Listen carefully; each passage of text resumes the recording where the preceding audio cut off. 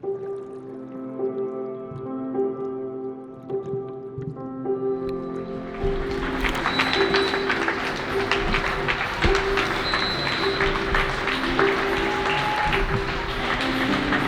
hey, hey, hey! J32! J32. 32 jours de confinement. Yes! Salut les voisins!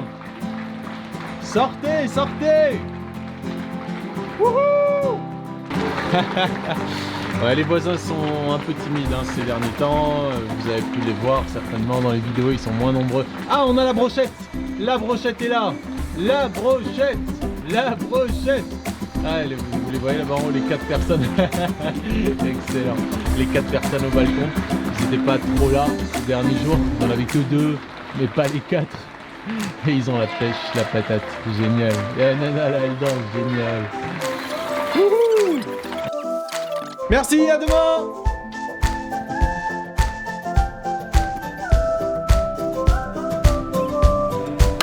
Chers amis, chères familles, bienvenue pour un nouvel épisode de Pas Confiné. Aujourd'hui, le thème que je vous ai choisi, c'est la foi.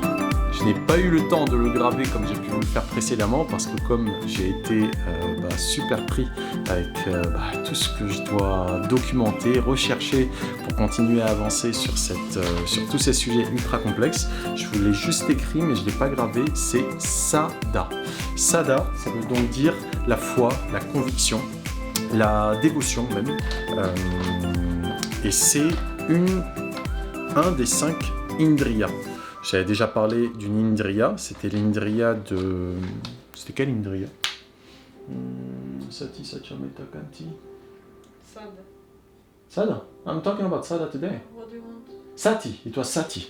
Je vous avais déjà parlé donc d'une autre indriya, c'était l'indriya de l'attention, Sati. Donc les indriyas, ce sont des facultés de l'esprit qui nous permettent d'être plus efficaces en règle générale dans la vie. Donc aujourd'hui, je vous parle de la foi. La foi, pas dans le sens de la foi religieuse qui est basée sur une croyance aveugle, c'est-à-dire une croyance qu'on ne peut pas justifier, une foi qui est propre à nous-mêmes, mais plutôt la foi qui est éclairée, une foi qui est éclairée par l'expérience personnelle. Parce que, voilà, la foi, ça peut être un vecteur ultra puissant d'accomplissement. Parce que ça parle directement à notre cœur. C'est pas basé sur une croyance. Une croyance, qu'elle soit raisonnable ou non, reste une croyance. Et donc on peut la justifier, la comparer, la expliquer, voilà, c'est comme si, c'est comme ça. Mais la dévotion n'est basée en fait sur aucune croyance. C'est basé sur un sentiment profond de justesse. On ne peut pas forcément l'expliquer, mais c'est juste. Et c'est cette dévotion-là qui permet d'accomplir des choses dans le monde. Lorsqu'on a par exemple de la dévotion pour son enfant, ou de la dévotion pour une cause, ou de la dévotion pour un dieu, si quelqu'un il est religieux. Bref, lorsqu'on a vraiment de la dévotion, ça permet d'accomplir des choses exceptionnelles. Ça permet vraiment potentiellement de déplacer des montagnes. On fait quelque chose, on sent que c'est juste, on peut pas l'expliquer, mais c'est juste quoi. On a une telle dévotion pour quelqu'un ou pour une cause ou pour quelque chose qui n'existe pas, entre guillemets, en tout cas qu'on peut pas voir, mais qui existe personnellement pour nous, et donc ça permet d'être extrêmement puissant. Mais le risque, c'est celui de tomber dans le fanatisme. Que ce soit le fanatisme religieux, ou le fanatisme politique, ou le fanatisme scientifique, ou technologique. Ça fait quelques jours déjà que je vous parle de la technocratie, du solutionnisme, de toutes ces questions-là qui posent aujourd'hui problème pour notre avenir, parce qu'il y a des gens qui sont embarqués là-dedans d'une manière tellement... one-track-minded, comment on dit ça, d'une manière tellement fixe qu'on est emporté là-dedans. Et comme ces gens ont plus de pouvoir que le commun des mortels, que vous, que moi, eh bien, on est complètement soumis à leur agenda. Cette croyance que certains peuvent avoir, que ça doit être comme ça et pas autrement, au niveau des objectifs qui ont été fixés au niveau mondial par les Nations Unies, qu'ils appellent les objectifs de développement durable, il y en a 17 il me semble, il y a notamment le fait d'immuniser toute la société, de vacciner tout le monde. Je ne retrouve pas l'information, c'est pas grave, je vous mettrai les liens de tout ça de toute façon. Mais ils ont rajouté en fait, en parallèle de ces objectifs de développement durable, en anglais ça s'appelle SDGs, Sustainable Development Goals, ils ont rajouté toute une partie qui a à voir avec la vaccination. Et donc ça, bien évidemment, c'est avec l'OMS. On en revient à ces liens avec Bill Gates. D'ailleurs, il y a également la Clinton Initiative qui est également dans ces histoires de vaccins, etc. Et du coup, c'est quelque chose qui aujourd'hui est considéré comme une doctrine, ça doit être comme ça. Il faut que l'humanité soit vaccinée d'ici à 2030, je vous mettrai les liens, vous verrez. C'est assez effrayant, parce qu'on tombe vraiment, comme tu le dis Déborah, dans l'extrémisme. Et c'est effectivement ça dont il s'agit. C'est un extrémisme politique, scientifique, une conception du monde qui est imposée à l'humanité, où là, on avance vers un agenda qui est celui de vacciner tout le monde. Malheureusement, il semblerait que c'est vers ça qu'on s'oriente. Ils ont discrédité la chloroquine parce que ça coûte rien du tout et ça va pas ramener suffisamment d'argent à la Big Pharma. Ils ont discrédité également ce verre arénicole dont je vous parlais hier. Comment est-ce que ça permet de fixer l'oxygène comme si on avait un respirateur moléculaire et de transporter l'oxygène de manière 50 fois plus puissante que ce qu'on fait nous naturellement. Donc pour les gens qui ont des problèmes respiratoires, que ce soit des maladies en règle générale, ou tout particulièrement en ce moment le virus du Covid-19, c'est de l'or en barre. Mais encore, faudrait-il que les gouvernements, et en l'occurrence là le gouvernement français, parce que c'est une société française qui a découvert ça, qui d'ailleurs qui utilise ça depuis début des années 2000 je pense, hein. Ils ont fait beaucoup d'études, ou année 2010, je suis pas sûr, mais ils ont fait beaucoup d'études et ils ont déterminé que vraiment c'était quelque chose qui était absolument miraculeux. Enfin, miraculeux, c'est pas un miracle, c'est juste de la science, c'est du biomimétisme. On utilise en fait le vivant pour comprendre comment ça peut s'appliquer à l'humain, à nous, comment est-ce qu'on peut l'exploiter, l'utiliser. Donc ça a été balayé d'un revers de la main parce qu'une lettre anonyme a été envoyée à l'AP-HP. Donc, évidemment, c'est pas l'AP-HP qui décide, hein, l'AP-HP est directement sous la direction du ministère de la Santé, de je ne sais quoi d'autre. Et donc, du coup, une lettre anonyme qui a été envoyée en disant qu'il y avait un test en 2011 qui avait été effectué sur les porcs et qui avait échoué. Alors que c'était un autre protocole et c'est un truc qui a été envoyé de toute façon de manière anonyme. C'est quelqu'un il avait vraiment un argument solide pour ne pas encourager des tests cliniques, et ben qui s'affirme pleinement. Comme moi, je me mets là devant la caméra, j'ai pas peur d'assumer ce que je raconte, parce que voilà, si quelqu'un effectivement il était sûr que sa position était juste, bah, pourquoi faire une lettre anonyme? Donc ça, moi je pense que c'est vraiment un montage qui vise à discréditer une option qui est accessible immédiatement et à faible coût. Je vous mets les liens.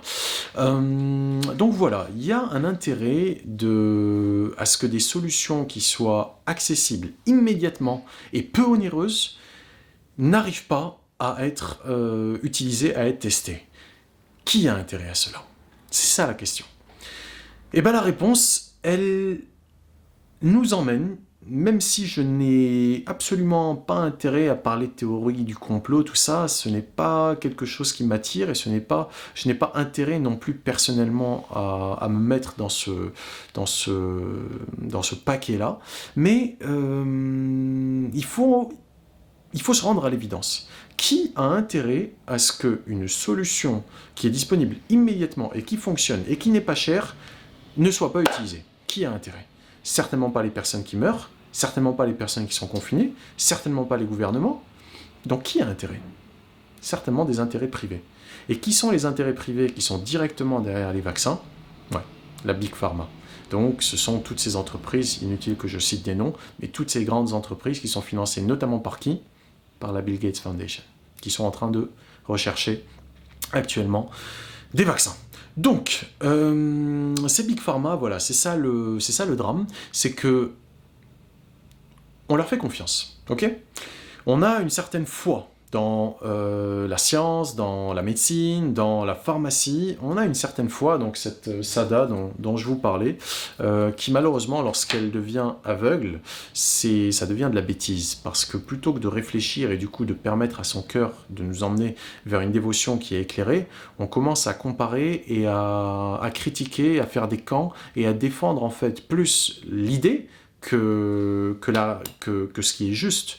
Donc malheureusement, quand on tombe dans une croyance comme ça, de dire « ouais, ça ne peut être que comme ça », malheureusement, cette foi, qui peut être une immense source de puissance, est complètement dévoyée, et les gens qui ne sont pas informés correctement, évidemment, ils font confiance à leur gouvernement, ils font confiance aux produits qui sont mis sur le marché par les autorités sanitaires, ils font confiance à toutes ces instances parce qu'on n'a pas le choix. Donc quand on mange de la malbouffe, quand on respire un air qui est mauvais, quand on boit une eau qui est mauvaise, mais on se dit, on va pas quand même mettre nos vies en danger. Je veux dire, on a des gouvernements qui sont censés veiller sur leurs citoyens. On se trompe peut-être parce que, à force de faire confiance de manière un peu trop facile, on se retrouve à être manipulé de manière extrêmement facile lorsqu'on se retrouve dans des situations comme celle-ci où on ne peut plus se voir les uns les autres, où on ne peut plus faire nos activités en temps normal, donc on est extrêmement limité et comme je vous le disais hier, ça devient un goulot d'étranglement, ces moyens par lesquels on peut communiquer et la censure qui nous pend au nez est quelque chose d'extrêmement dangereux. Donc cette confiance qu'on accorde au gouvernement ou aux entreprises de manière, c'est-à-dire sans clarté, est extrêmement dangereuse. Je vais reprendre une image que j'avais prise dans un des lives. Lorsqu'on a la foi, donc la confiance, la confiance en soi, disons, et qu'on ne voit pas, eh bien, on risque de piétiner des gens qui sont devant nous parce qu'on ne les voit pas. Un autre exemple. Si on voit un chemin merveilleux, et puis on se dit « Waouh, ce chemin, il est génial, je le vois, il est super ».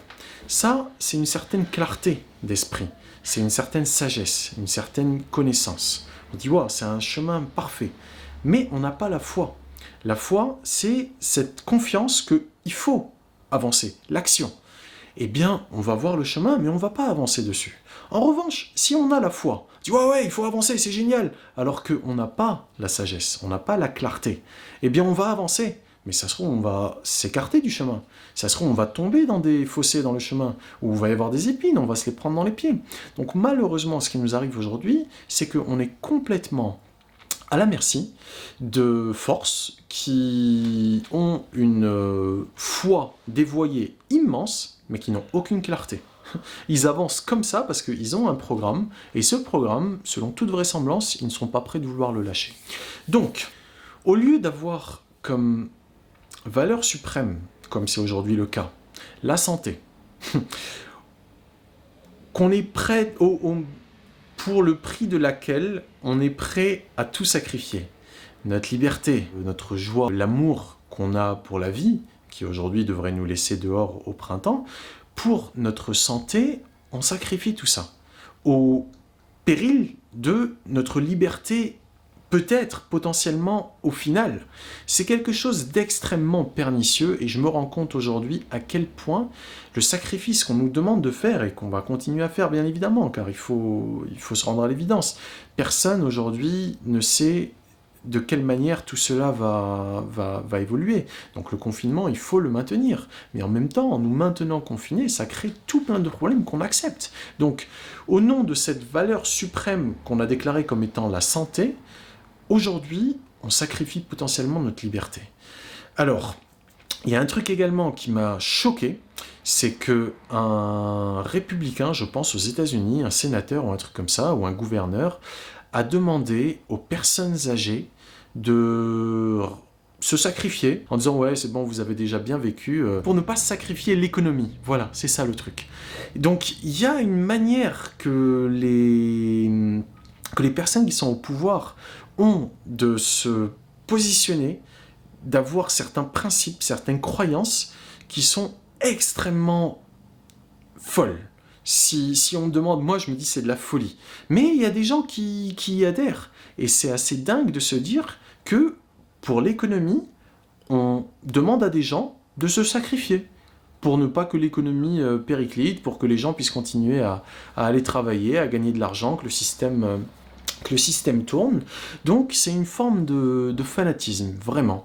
Et la raison pour laquelle, a priori, le vaccin est quelque chose qu'ils souhaitent vraiment promouvoir, c'est parce que c'est ultra rentable. Développer un médicament pour la Big Pharma, ça prend très longtemps. Ça prend, je sais pas, peut-être 15 ans. Et ça nécessite énormément d'argent.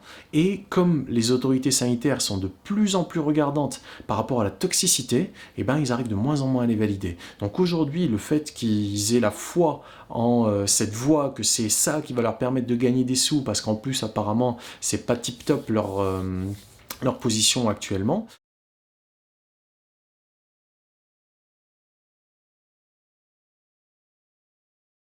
C'est quelque chose de très pernicieux, extrêmement pernicieux. Et on est à la merci de tout ça. Donc voilà, je suis un petit peu décontenancé par tout ce que je découvre, par tout ce que j'apprends, et j'ai quand même le sentiment profond qu'il ne faut pas qu'on sacrifie notre liberté, il ne faut pas qu'on sacrifie la justice, c'est-à-dire ce qui est juste, l'amour qu'on a pour la vie, au prétexte qu'il faut à tout prix préserver la santé. Parce que c'est comme ce truc-là qu'on nous agite en nous disant « Attention, si vous sortez, attention, si vous n'allez pas vous faire vacciner, attention, si vous ne maintenez pas la distance sociale, vous allez mettre en péril votre santé et celle des autres. » Aujourd'hui, c'est l'argument qu'on nous brandit en nous disant « Ça doit être comme ça ». Le confinement, comme je vous le dis, hein, et je le redis, je vais le maintenir, il faut le maintenir. Je ne dis pas qu'il faut arrêter le confinement. Mais ce confinement crée peut-être plus de tort que la solution qu'on va nous proposer, le vaccin. Parce que, de ce fait, on va se retrouver très très très vulnérable sur tous les plans. Il y a des gens aujourd'hui qui souffrent de l'insalubrité de leur maison. Parce qu'ils sont là, H24, avec un air qui n'est pas très bon, avec la nourriture certainement qui est pas au top non plus. Donc leur santé se dégrade au fil des jours, des semaines, parce qu'ils sont confinés. Donc voilà, j'ai partagé avec vous, je pense, ce que j'avais aujourd'hui dans ma petite tête. Si vous avez des choses à me dire, c'est le moment. Mais tu as raison, Déborah, et il semble qu'il voit d'une certaine manière, en tout cas qu'il soit conscient de tout ça. Ce serait pas surprenant, ouais. Ce serait vraiment pas surprenant qu'ils sachent vraiment ce qu'ils sont en train de faire et de provoquer dans le monde, notamment dans les pays où il y a énormément de pauvreté, en Inde, en Afrique. C'est assez calamiteux ce qui se passe, autant au niveau des libertés civiles que de la faim, que des gens qui retombent dans la pauvreté parce qu'ils n'arrivent plus à travailler. Ça répond peut-être à un agenda du contrôle, qui est quelque chose qui me navre de dire, mais je ne crains malheureusement que ce modèle forcé de la médecine au travers de la vaccination soit quelque chose qui réponde à des enjeux bien plus grands que celui de nos petites vies ou celle de pauvres gens qui n'ont même pas de voix de toute façon. Donc voilà. Voilà. Ouais. Voilà. C'est pas très positif tout ça aujourd'hui, j'en suis navré. Mais c'est ce que j'ai aujourd'hui. C'est ce que j'ai, c'est ce qui m'anime. J'ai plus assez de temps pour rechercher tout ce que je voudrais rechercher et faire le découpage tous les jours pour poster la vidéo de la veille. Donc ce soir, je devrais poster la vidéo d'hier, en principe. Voilà. Chers amis, chères familles, merci encore d'avoir été là. Je serai à nouveau là demain à 20h avec, j'espère, des nouvelles un peu meilleures. En tout cas, on a en nous la possibilité, si on a suffisamment de foi, suffisamment de dévotion pour ce qui nous semble juste, pour ce qui nous semble être la meilleure manière de vivre nos vies, on a certainement la possibilité de pouvoir orienter l'avenir malgré les forces qui nous appuient dessus. Et sur ce, comme d'habitude, je vous dis un big boom, bonne année.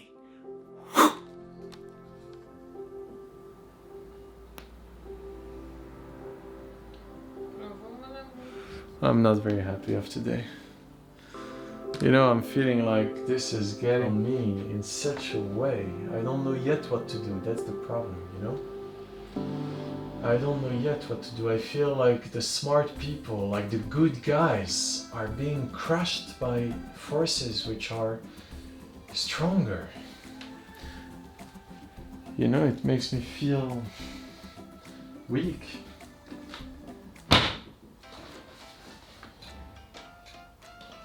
Makes me really feel weak.